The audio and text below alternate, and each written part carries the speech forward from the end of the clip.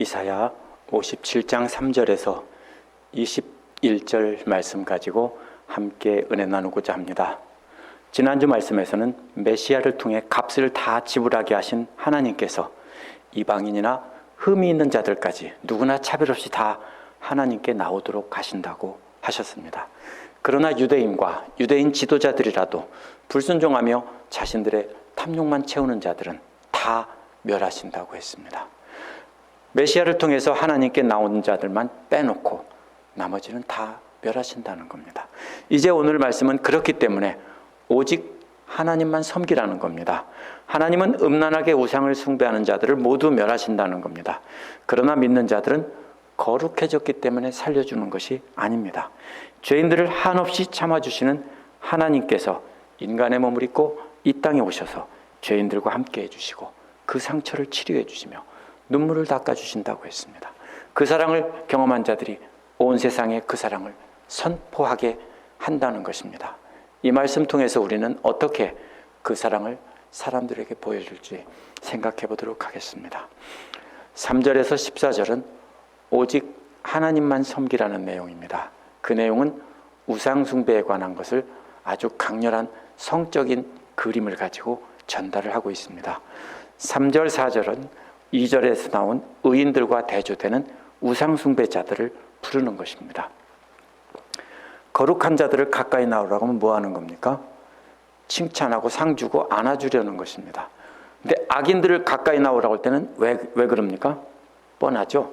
악인들을 벌하려는 것입니다. 심판하시려는 겁니다. 너희들 이리 좀 한번 와봐 하면은 잘못한 것이 없는 사람은 뭐라고 하겠습니까? 기쁘게 웃으면서 왜 부르셨는지 나오겠죠. 그러나 죄인들은, 악한 일을 한 사람들은 너 이리 와봐 그러면 뭐라고 합니까? 공포에 질려서 나가겠죠. 바로 그런 말입니다. 그래서 더러운 자들이 하나님 앞에 가까이 나올 수 없습니다.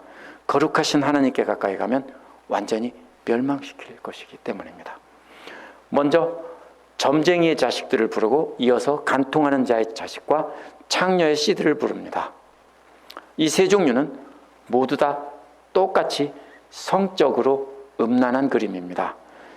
점쟁이란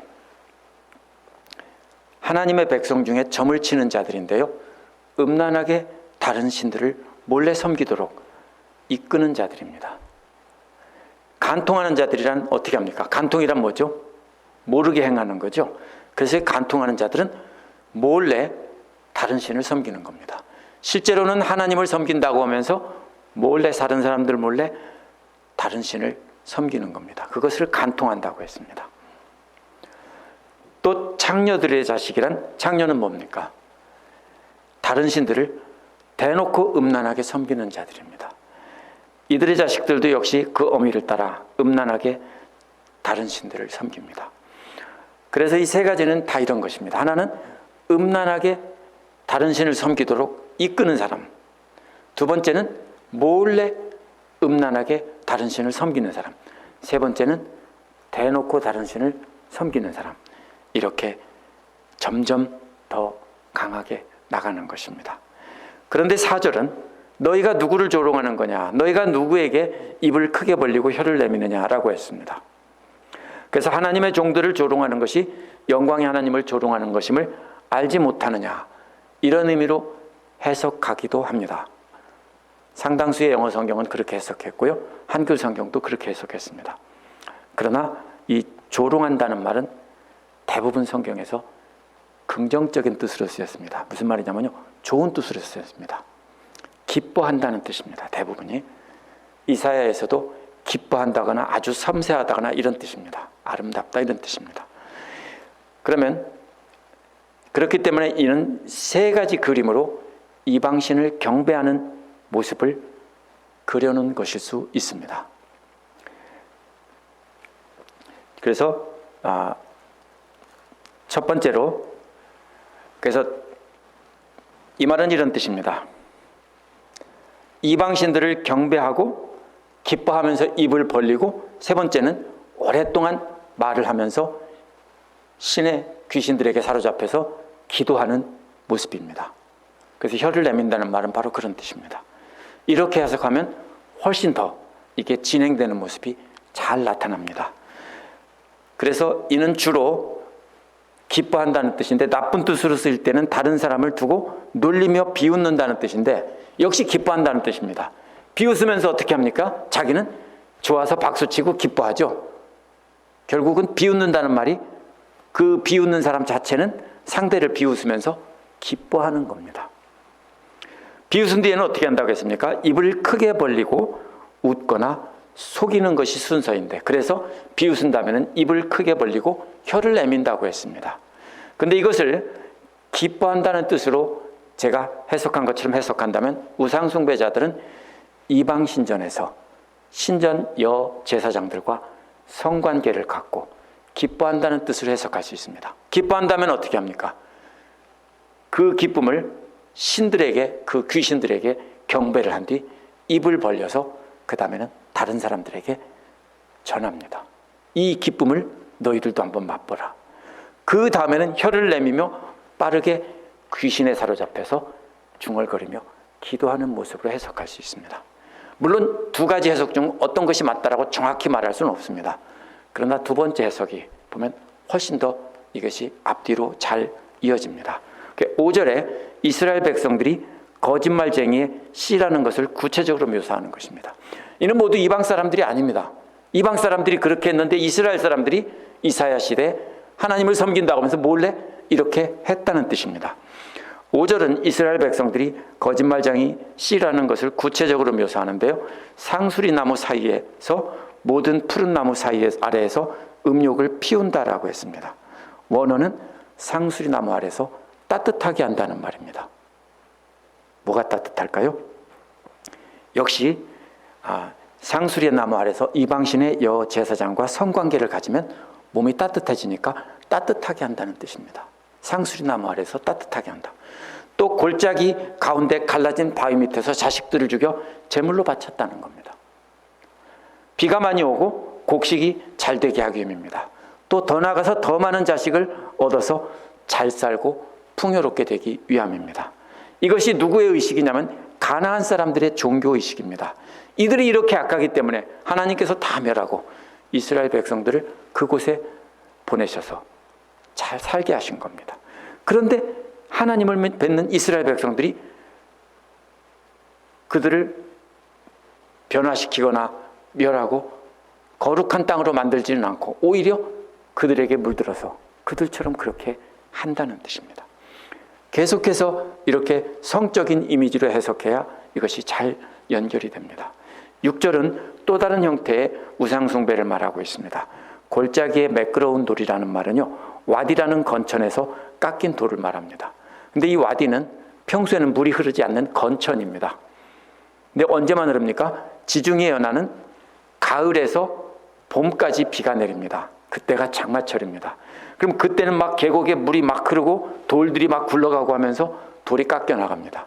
비가 그치면 매끈매끈한 돌만, 그렇게 수천 년, 수만 년 내려오면서 깎여진 돌들이, 매끄러운 돌들이 있습니다. 그 다듬어진 돌, 매끄러운 돌은 무엇을 상징하느냐면요, 우상들을 상징합니다. 그래서 성경에 보면 돌을 깎아 다듬어서 돌로 뭐 성전, 뭐 제단, 뭐 이런 거 하지 말라는 말이 나오죠. 네, 바로 그런 것입니다. 그래서 다산과 풍요의 상징인 물이 깎아서 만든 돌을 신이라고 섬긴다는 겁니다. 물론 이 말은 사람들이 매끄럽게 다듬어서 사람 모양을 만들어서 세워놓은 것을 뜻할 것입니다. 그것이 이제 물에 깎였다, 이렇게 매끄럽다는 뜻으로 표현한 것입니다. 골짜기에 많은 물에 깎여 매끈매끈한 돌들을 매끄럽게 다듬어서 우상으로 세웁니다. 또 미끄러져 넘어져 우상숭배에 빠지는 것을 뜻할 수 있습니다. 돌이 매끈매끈하기 때문에. 골짜기에 많은 물들에 의해서 닳아서 매끄러워진 돌들은 또한 성적인 이미지를 포함하고 있습니다. 우상숭배는 대부분 성관계와 연결이 되어 있습니다. 7절에 우뚝 솟은 높은 산에 올라가 거기에서 자리를 깔았다라고 했습니다.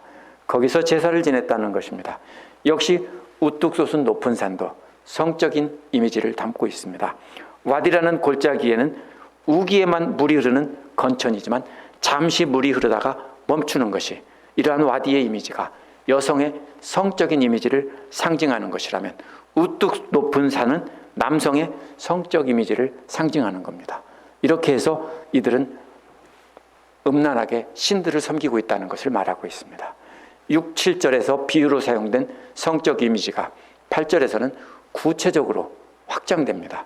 너의 집 문과 문설주 뒤에 우상을 세워놓았다라고 했는데요. 원어는 너의 기념물이라는 뜻인데 남근을 상징하는 말입니다. 이 말은요.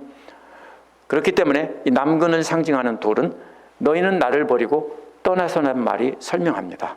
하나님을 버리고 멀리 떠났기 때문에 그런 돌을 세워놓고 알몸으로 침상에 올라가 라는 말은 많은 사람들 앞에서 성관계를 하는 모습입니다. 이것은 상징적인 비유이기도 하지만 실제로 그 당시 고대 근동 사람들은 그렇게 했습니다. 자리를 넓게 폈다는 말은 자기들이 먼저 침상에 올라가서 많은 사람을 구경하는 앞에서 신께 제사를 드린다고 그런 행위를 한 뒤에 그 다음에 자리를 넓히면서 너희들도 올라와라 이렇게 초대하는 모습입니다. 그래서 다른 사람들도 참여해서 우리 신들께 경배를 하자 이런 뜻입니다. 그들과 함께 자려고 화대를 지불한다는 말은요, 언약을 맺었다는 뜻입니다. 물론 돈을 얼마 주겠다는 약속이지만 하나님과 맺은 언약을 버리고 음란하게 우상을 숭배하겠다는 언약을 맺은 것입니다. 또 내가 그들의 침상을 사랑하여 그 벌거벗은 것을 보았다라고 했는데 본래 벌거벗고 있는 남자의 손을 보았다. 원어는 이렇게 되어 있습니다. 손이라는 말은 남성의 성기를 비유적으로 말한 것입니다. 그 침대에는 벌거벗고 자고 있는 남자의 성기를 보았다는 것입니다. 그 모습을 곁에 보던 이들도 그들의 침대를 사랑했다는 것은 자신들도 그 자리에 참여하고 싶어서 갈망하는 모습입니다. 세번역은 그래서 이러한 장면을 정욕을 불태웠다라고 하는 것입니다. 그러니까 다른 사람이 하는 장면을 밑에서 보면서 같이 열광하면서 귀신을 섬기는 우상을 섬기는 의식을 하다가 나도 올라가서 저렇게 해봐야지 라는 말입니다. 9절은 너는 몰래에게 가려고 몸에 기름을 바르고 향수를 뿌렸다라고 했습니다. 근데 몰렉이라는 말은요, 히브리어에는 모음이 없기 때문에 이 왕이라는 말과 똑같은 글씨입니다.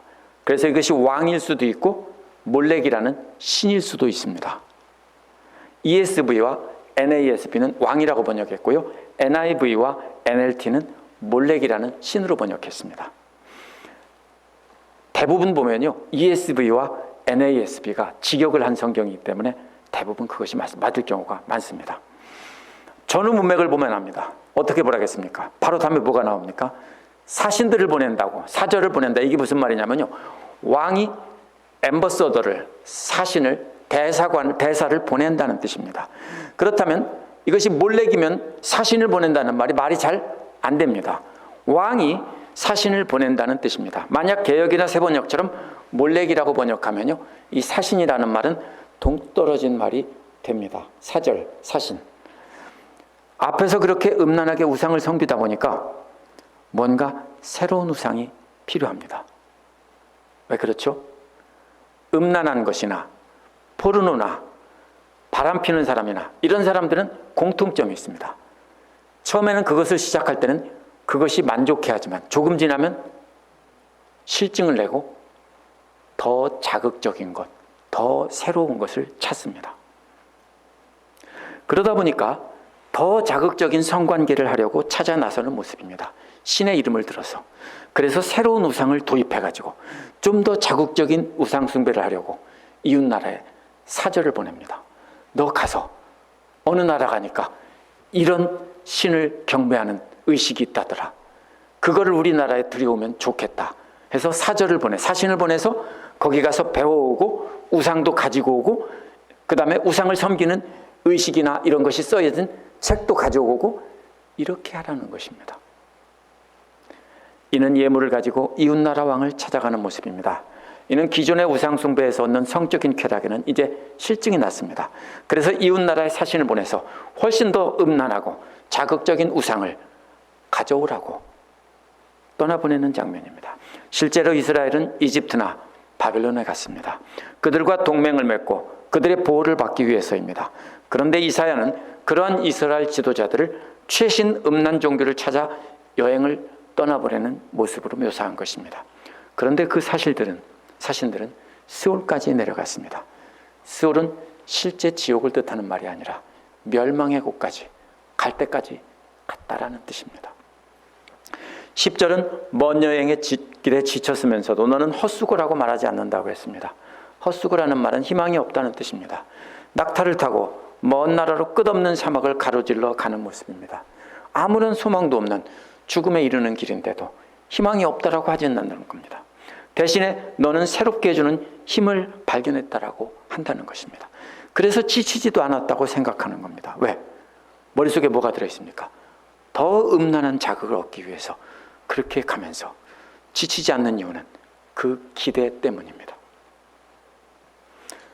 오늘날도 마찬가지입니다. 이것은 물론 비유지만 오늘날 사람들도 더 강한 자극, 더 뭔가 신나고 좋은 것을 찾으려고 돈을 가지고 뭔가 새로운 것을 해보려고 계속 새로운 기쁨을 찾아 나서는 모습은 똑같습니다. 11절은 내가 그처럼 무서워하는 신들이 누구냐? 도대체 그 신들이 얼마나 무서우면 나를 속이면서까지 나를 까마득히 잊어버리고 그 신들에게 매달리느냐 묻습니다. 마치 다른 남자에 빠져서 바람이 나서 남편을 속이고 음란한 짓을 하다가 그것도 실증이 나서 이제는 좀 더 음란한 짓을 해보려고 멀리 여행을 떠나는 여자의 모습과도 같습니다. 그 남자에게 빠져 신실한 남편은 아예 잊어버린 바람난 여자와 같습니다. 이것이 이사야가 비유로 말하는 것입니다. 이어서 하나님은 도대체 왜 그러냐고 질문합니다. 내가 오랫동안 침묵하고 있었다고 해서 네가 나를 경외하지 않는 것이냐라고 합니다. 왜 그렇죠? 무슨 말이죠? 하나님이 침묵하지 않고 계속 버렸으면 하나님을 무서워서 경외했을 텐데 오랫동안 불쌍히 여기는 마음으로 그냥 봐주고 있으니까 네가 나를 무시무시 개무시하는 거냐 이런 뜻입니다. 하나님께서는 이렇게 바람난 여자와 같은 음란한 이스라엘 보시고도 내버려 두시고 침묵하신 겁니다. 그렇기 때문에 하나님은 심판하지 않고 계시기 때문에 하나님은 상관없어. 우리가 무슨 짓을 해도 하나님은 상관도 안 하시고 벌도 내리지 않으셔 라고 두려워하지 않습니다. 혹시 그렇게 생각하고 있는 거냐? 이렇게 묻는 겁니다. 그러면 하나님께서는 이렇게 완전히 바람난 여자 같은 이스라엘에게 뭐라고 할 것 같으냐? 라고 묻습니다. 12절은 다음과 같이 답을 합니다. 너는 내가 하는 일이 다 옳다라고 생각하겠지만 내가 한 일을 내가 다 폭로할 것이다 라는 것이 답입니다. 원문은 나는 너의 의와 너의 행동을 선언할 것이다 라는 것입니다. 몰래 행한 짓인데요, 어떻게 한다고요? 온 세상에 다 방송에서 까발린다라는 뜻입니다. 스스로 자신들의 생각이 의롭다라고 판단하는 것이고 자신들의 행동도 옳다라고 판단합니다. 왜? 자신들이 그렇게 열정적으로 섬기는 이방신 때문이고 하나님은 두려워하지 않기 때문입니다. 그 이방신들이 자기들에게 도움을 주기 때문에 그것이 옳다라는 겁니다. 그러나 그들은 내게 도움을 주지 못한다라고 합니다. 13절은요, 하나님께서 계속 비꼬는 투로 말씀하시면서 우상숭배가 쓸데없다고 하시는 내용입니다. 너의 우상들에게 살려달라고 부르짖어 보아라 라고 말씀하십니다. 너의 우상들은 앞에서 말한 나무들과 와디의 돌들, 또 산들, 먼 나라까지 가서 직수입한 최고 음란한 우상들까지, 이 모든 것을 다 가리키는 말입니다. 바람이 우상들을 날려버릴 것이며 라고 했습니다. 최고 매력 있는 우상들이 멋진 것 같은데요, 그것들이 지푸라기처럼 바람에 다 날아가 버린다는 겁니다. 한 걸음 더 나가서 입김이 그것들을 쓸어버릴 거라고 했습니다. 입김이 바람보다 혹시 셀까요? 아닙니다. 그런데 입김으로만 불어도 다 날아간다는 겁니다. 우상들은 매력적이고 무게가 있고 돌로 되어 있어서 무거운 것 같지만 바람에 날아가고 입김으로만 불어가도 다 날아가 버리는, 그거는 아무것도 아닌 먼지 같은 존재다, 이런 뜻입니다. 그러나 반대로 나에게로 피하여 오는 사람은 땅을 차지하고 거기서 살고 나의 거룩한 성전에서 나를 예배할 것이라고 했습니다. 하나님께로 피하는 사람은 하나님 나라에서 살고 하나님의 성전에서 하나님 앞에서 예배하는 특권을 누리게 된다는 것입니다. 우리가 누리고 있는 특권이 바로 그런 것입니다. 그러니 이제 그러한 쓸데없는 우상에게 빠져있지 말고 얼른 돌아서서 하나님께로 돌아오라는 겁니다. 하나님께로 돌아오는 자들만이 하나님 나라가 되고 하나님을 예배하는 백성이 된다는 겁니다. 뭐 하시겠다는 겁니까? 이제 심판이 임박했는데 그런 사람들만 참고 참았다가 골라내시고 나머지는 다 불어버리신다는 겁니다. 그러면 우리가 지금 뭘 두려워해야 됩니까? 세상 사람들을 두려워해야 될까요? 권력자들을 두려워해야 될까요? 아니면 세상의 부자들을 두려워해야 될까요? 그런 것은 두려워할 것이 전혀 아닙니다. 우리가 사랑하는 세상 쾌락, 많은 것을 누리고 있다면, 그것이 부럽고 그것을 갖고 싶어서 그 사람들을 따라다닌다면 우리는 바람난 여자와 똑같은 상황입니다. 그것들은 다 부르면 날아간다고요. 그러니까 그거 버리고 이제 하나님께로 돌아오라 하는 것이, 이렇게 장황하게 섬세하게 아주 적나라한 성적인 이미지로 묘사한 것은 바로 그 뜻입니다. 그런 것들은 지금 당장은 쾌락이고 즐거운 것 같지만 이제 모두 다 날아가 버리고 멸망한다는 것입니다. 그러니까 빨리 돌아오라는 겁니다. 두 번째로 14절에서 21절은 눈물 닦아주시는 하나님의 모습이 나옵니다. 14절은 돌아오는 길을 건설하고 나의 백성이 돌아오는 길에 거치는 것이 없게 하라고 했습니다. 앞에서 말할 때는 어떻게 됐습니까? 이제 똑같이 음란하게 살고 음란한 세상에 빠져서 그렇게 세상에 빠져 살고 있었습니다. 근데 하나님께서 이사야를 통해서 이렇게 말씀하실 때 그 중에 돌아오는 자들이 있지 않습니까? 그들이 잘했습니까? 잘한 거 아무것도 없습니다. 단지 말씀을 깨닫고 하나님께로 돌아서서 울면서 오고 있는 중입니다. 그러니까 쟤들이 오는 저 길 말이야, 길을 잘 다듬고 그 쟤들 혹시 발에 걸려서 넘어질지 모르니까 돌도 없이 깨끗하게 매끈하게 다듬어 놔라 하고 명령하시는 내용입니다. 뭐가 이뻐서요? 세상 욕심 따라 우상 숭배하고 자기 하고 싶은 대로 막 따라가던 사람들인데, 말로만 하나님 믿는다고 하는 사람들인데 이제 말씀 깨닫고 돌아온다고 하니까 아서 쟤들 다칠까 봐 저 발길 아무것도 걸리지 않게 마치 아기가 아장아장 걷는 아기처럼 거기 있는 거 다 치우고 매끈하게 다듬어놔, 이런 말입니다. 포로로 잡혀간 유대 사람들이 실제로 돌아오는 길을 다듬으란 뜻이 아닙니다. 영적인 정결함의 회복을 비유로 말하고 있기 때문입니다. 이 길은 하나님께로 돌아오는 길입니다. 8장 14절에서 하나님께서 걸림돌이 되게 하시겠다고 했습니다. 반대죠. 누구에게는 걸림돌이 됩니까? 음란하게 세상을 의지하던 자들에게는 걸림돌이 되지만 14절에 하나님께 나오는 자들은 나의 백성이고 그들은 진정으로 하나님만 의지하고 하겠다고 하나님께로 돌아오는 자들입니다. 그들은 아무것도 걸려 넘어지지 않도록 높은 고속도로를 만들고 아주 매끄럽게 왕의 길처럼 그렇게 만들어주신다는 겁니다. 그러면 왕의 행차하는 그 길처럼 하나도 걸리는 것 없이 편안하게 아장아장 그렇게 걸어오는 것입니다. 그래서 하나님께로 나오도록 배려하는 하나님의 사랑이 담겨 있습니다. 15절은 원어에서 왜냐하면 이렇게 시작합니다. 어째서 하나님께서 14절에서 말한 것처럼 그렇게 세심한 사랑의 배려를 해주시는지 설명하는 겁니다. 간단히 말하면 높으신 하나님께서 낮은 자들과도 함께 계신다는 겁니다. 15절은 하나님을 세 가지 속성으로 설명을 합니다. 이 구절은 성경에서 하나님의 속성을 신학적으로 가장 잘 설명한 구절 중에 하나입니다. 첫 번째 초점은 하나님이 어떤 존재인지 설명합니다.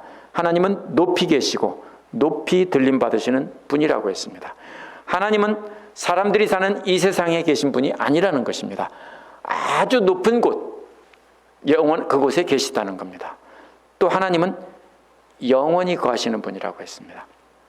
하나님은 유한한 생명을 가진 존재가 아니라는 뜻입니다. 저와 우리 성도님들은 이제 많이 살았습니다. 그렇죠? 늘 생각합니다. 언제까지 살 수 있을까? 언제까지 사역을 할 수 있을까? 언제 주님 앞에 가게 될까? 저는 날마다 눈을 뜨면 생각을 합니다. 언제 아내가 떠날까? 아니면 언제 내가 먼저 떠날까? 날마다 그 생각을 하면서 삽니다.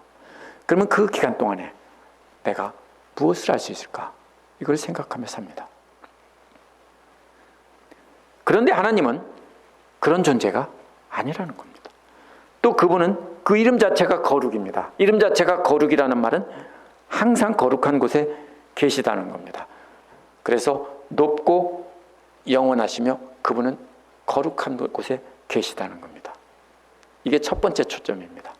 두 번째 초점은요, 내가 비록 높고 거룩한 곳에 있으나 겸손한 사람과도 함께 있고 잘못을 뉘우치고 회개하는 사람과도 함께 있다는 겁니다. 이거는 모순입니다. 이게 이런 말입니다. 이 창은 어떤 방패든지 다 뚫을 수 있습니다. 그리고 옆에 있던 방패를 집어서 이 방패는 세상의 어떤 창도 막아낼 수 있습니다 하면서 창과 방패를 팔고 있다면 그게 바로 모순이라는 말의 뜻입니다. 왜 모순입니까? 하나님은 높은 곳에 거룩하고 영원하게 계시는 하나님이라고 했는데 이번에는 그 반대로 뭐라고 그래요? 회개하는 자들과 내려와서 낮은 곳에 함께 계신다고 하기 때문에 이게 모순입니다. 하나님께서 높고 거룩한 곳에 영원히 계시다면 이 땅에 계신 사람들과는 함께 할 수 없습니다. 하나님께서 인간의 몸을 입고 이 땅에 오시기 전에는 하나님은 우리와 함께 할 수 없습니다. 그래서 예수 그리스도께서 이 땅에 낮고 낮은 이 땅에 오셔서 죄인들과 함께 하신 겁니다. 이사야는 예수 그리스도께서 하나님이신 예수 그리스도께서 인간의 몸을 입고 이 땅에 오신다는 것을 이렇게 설명하고 있습니다. 세 번째 초점은 겸손한 사람과 함께 있으면서 그들에게 용기를 북돋워주고 회개하는 사람과 함께 있으면서 그들의 상한 마음을 아물게 해준다라고 했습니다. 겸손한 사람이라는 말은 낮은 사람이라는 뜻입니다. 하나님 앞에서 자기를 낮춤으로 하나님을 높이는 사람입니다. 이런 사람은 영혼을 회복시켜 준다는 것입니다. 어떻게 해준다고요? 회복시켜 준다고요. 어떻게 해준다고요? 겸손하게 낮게 엎든 사람을 하나님께서 거꾸로 높여주신다는 뜻입니다. 또 회개하는 사람들의 상처는 치료해 주신다는 겁니다. 회개란 하나님께로 돌아서는 다는 뜻인데요. 하나님은 하나님께로 돌아오는 사람들의 영혼을 회복시켜 주시고 어떻게 회복시켜요? 하나님의 자녀로 하나님과 함께 할 수 있는 거룩한 존재로 회복시켜 주시고 또 회복되었지만 완전히 회복된 건 아닙니다. 뭐가 있어요? 그 몸에 수많은 상처가 있습니다. 그 상처는 빨간 약 발라서 치료해 주신다는 뜻입니다. 신분이 회복되었다고 세상에서 맞고 깨지고 터지고 상처 입은 것이 그냥 낫는 것은 아닙니다. 그렇죠? 전에는 이 땅에 있던 그런 존재가 하나님의 자녀로 우리가 변화됐다고 해서 당장 우리가 완벽해지는 건 아닙니다. 여전히 상처를 입고 있습니다. 하나님께서 그 상처를 빨간 약 바르고 또 연고 발라서 치료해 주시는 겁니다. 그래서 16절은 어떻게 높고 거룩하신 하나님께서 낮고 천한 인간들과 함께 있을 수 있는지를 말한 것입니다. 나는 사람들과 끝없이 다투지만은 않는다라고 했습니다. 세 번역의 그 말의 느낌은요, 원어와는 조금 다릅니다. 원어는요, 하나님은 사람들과 영원히 다투지 않으신다라는 뜻입니다. 영원히 다투지 않는다는 뜻입니다. 또 분을 품지 않으신다고 했습니다. 사람에게 생명을 주신 분이 하나님이신데 어떻게 그렇게 만약에 분을 내고 사람들이 잘못하는 대로 다 벌을 하신다면 어떻게 견디겠냐는 겁니다. 어떻게 견뎌요?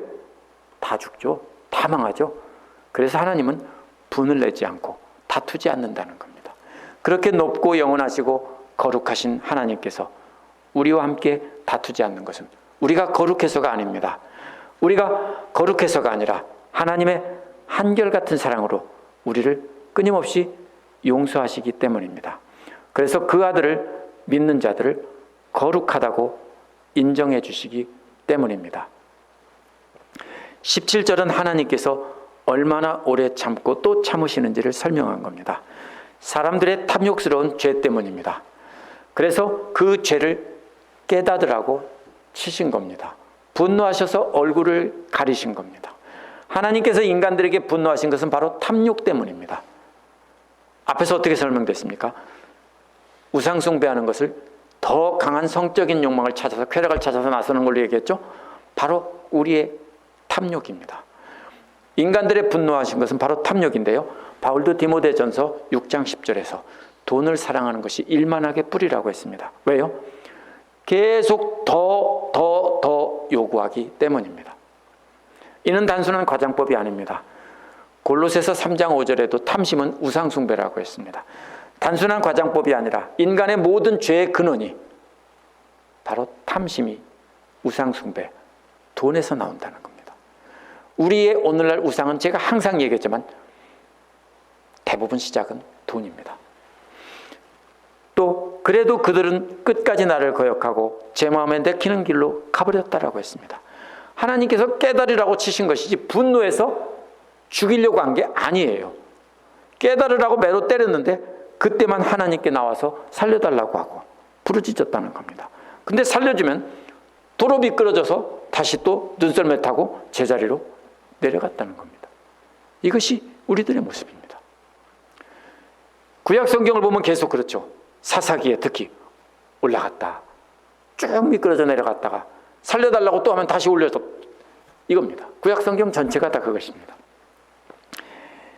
다시 자기들 마음에 탐욕을 따라 걸어갔다는 겁니다. 그런 이야기가 계속 반복됩니다. 자신들의 탐욕을 채우기 위해 세상 것을 사랑하고 음란하게 세상을 섬깁니다. 누가요? 하나님을 섬긴다는 하나님의 백성들이. 말로는 하나님을 섬긴다고 하면서 뒤에서는 그렇게 했다는 겁니다. 18절은 이처럼 끊임없이 도로 제자리로 돌아가 악을 행하는 사람들을 하나님께서 어떻게 하셨는지 말합니다. 예상되는 답은 어떻게 할까요? 하나님께서 이런 사람을 어떻게 하겠습니까? 예상되는 답은 싹 쓸어서 완전히 없애버리셨다. 그래야 답입니다. 그런데 답은 놀랄만한 내용이 이어집니다. 사람의 소행이 어떤지 내가 다 보아서 알고 있다. 그러나 나는 그들을 고쳐주겠다라고 하셨기 때문입니다. 고쳐준다는 말은 내가 이놈의 새끼들 버르장머리를 고쳐준다 이런 뜻이 아닙니다. 그 상처를 치료해 주신다는 말입니다. 치료하신 뒤에는 바른 길로 인도하여 완전히 회복시켜 주신다는 겁니다. 미끄러지다 보면 대굴대굴 굴러내려가고 미끄러져서 마지막에 내려가서 나무나 어디 부딪혀 서겠죠. 무릎이 깨지고 온몸에 상처투성이가 되었습니다.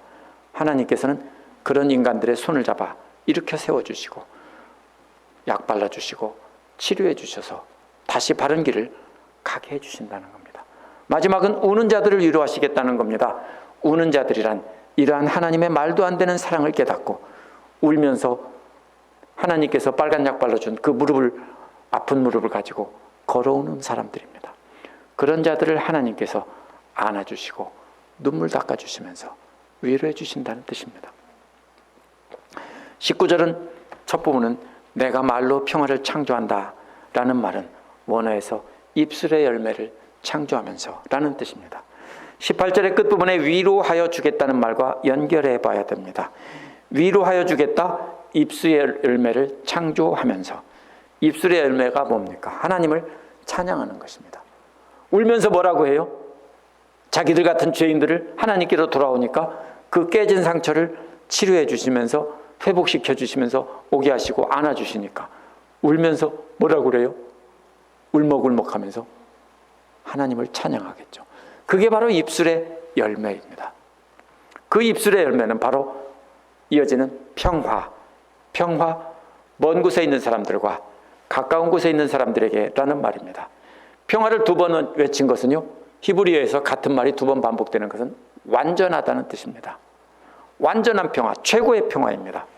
먼 곳에 있는 사람들과 가까운 곳에 있는 사람들이란 온 세계 모든 사람들입니다. 가까운 내 이웃에게 전하고 멀리 떨어져 있는 믿지 않는 이방 세계에게 전합니다. 앞에서 악인들은 음란한 행위를 하면서 사람들을 초청해서 우리 함께 그 음란한 행위에 참여하자고 했습니다. 어떤 장면입니까? 우리가 상상해 볼 수 있죠. 야한 장면을. 높은 재단에 음란한 짓을 벌이고 있는 사람들이 있는데 수많은 사람이 둘러보고 있습니다. 실컷 즐기고 나더니 너희들도 이렇게 올라와 봐라 하고 초청을 합니다. 음란한 세상, 이런 세상을 따라가는 사람들도 어떻게 합니까? 이거 좋으니까 한번 해보라고 초청을 한다는 겁니다. 근데 반대로 여기서 뭐라고 합니까? 하나님께서 고쳐주시고 상처에 약 발라주시고 안아주시고 눈물 닦아주시며 그 회복을 경험한 사람들이 울며 하나님을 찬양하다가 그 다음에는 가까운 사람이나 먼 사람에게 너희들도 와, 얼마나 좋은지 몰라, 이렇게 눈물을 흘리며 사람들에게 증거하는 모습입니다. 마지막으로 덧붙인 말은 내가 너를 고쳐주마. 울며 하나님께 나오는 자들을 하나님은 치료해 주신다는 겁니다. 오늘 말씀은 절반으로 끊을 수 없습니다. 제가 길어서 끊으려고 했습니다. 근데 끊을 수 없습니다. 왜냐하면 앞부분에서 벌하신다는 것은 그 중에서 돌아오라는 것이기 때문입니다.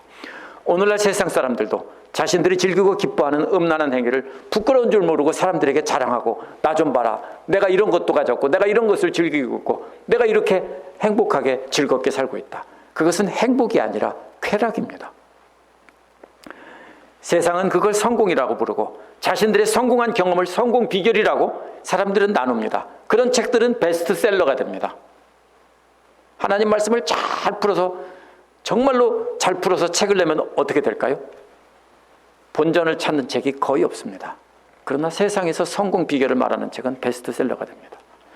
그들이 그렇게 하는 이유는 성취하고 누린 쾌락의 기쁨 때문입니다. 그렇다면 우리는 비교할 수 없는 기쁨을 갖고 있습니다. 우리와 같은 죄인들을 참고 참으시고 한없이 참아주시며 눈물 닦아주시고 영원한 구원을 경험했기 때문입니다. 그 하나님의 놀라운 사랑을 우리도 본을 보이며 함께 참여하자고 해야 됩니다. 어떻게 해요? 하나님이 어떻게 했어요? 배신하고 대적한 사람들을 용서하고 참고서 기다려줬습니다. 그러면 우리 교회가 하나 되는 비결이 뭡니까? 그것밖에 없습니다. 배신하고 우리를 공격하는 사람들에게 본을 보이며 한번 와봐. 이렇게 하나님께서 나도 용서받았어. 그렇게 해야 되는 겁니다. 그들에게 우리의 상처를 치료해주며 눈물을 닦아줘야 됩니다. 그렇게 우리가 경험한 놀라운 사랑을 보여주면서 하나님 앞으로 나오라고 해야 됩니다. 기도하겠습니다.